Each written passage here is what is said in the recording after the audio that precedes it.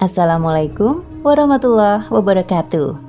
Ensiklopedia Al-Fatih kembali ke hadapan Anda untuk berbagi info Islami. Semoga menginspirasi aktivitas Anda hari ini.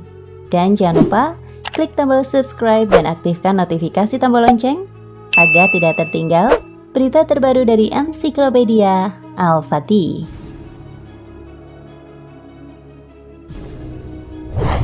Kisah Harut Marut mungkin sudah tidak asing lagi bagi umat muslim. Pasalnya kedua nama itu disebutkan dalam Al-Quran, tepatnya surat Al-Baqarah ayat ke-102. Dalam kisah Israiliyat atau versi Yahudi, Harut Marut diceritakan secara berbeda.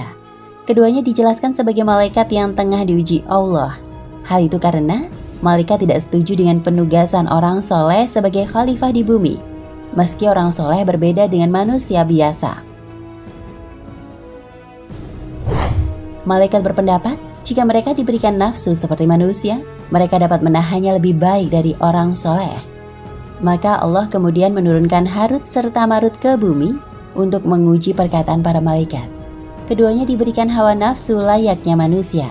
Sesampainya di bumi, Harut dan Marut melihat wanita cantik dan langsung terpesona. Si wanita lalu menawarkan 3 perbuatan kepada Harut dan Marut, yakni pertama, menyembah berhala, kedua, membunuh bayi, serta ketiga, meminum khamar. Mereka berdua berpikir menyembah berhala merupakan perbuatan kafir dan membunuh bayi merupakan dosa besar. Akhirnya mereka memilih meminum khamar. Setelah meminumnya, mereka menjadi mabuk sekaligus kehilangan akal sehingga melakukan berbagai dosa, mulai dari menyembah berhala, membunuh bayi, hingga memperlakukan wanita secara keji. Atas segala dosanya, sifat kemalaikatan Harut dan Marut pun dicabut. Allah murka dan menggantung keduanya di langit kota Babil sampai hari kiamat.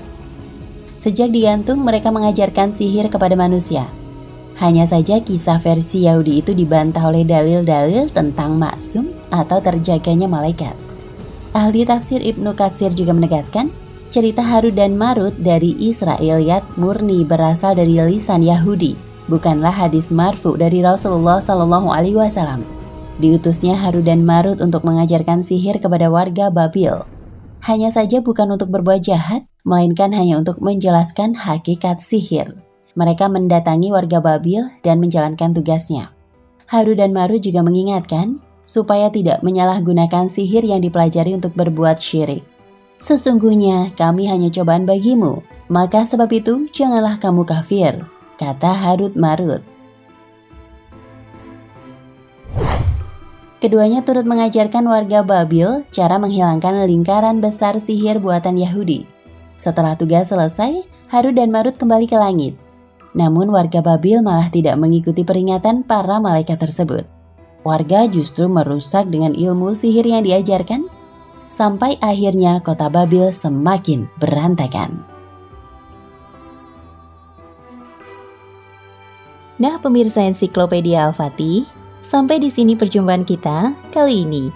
Semoga menginspirasi.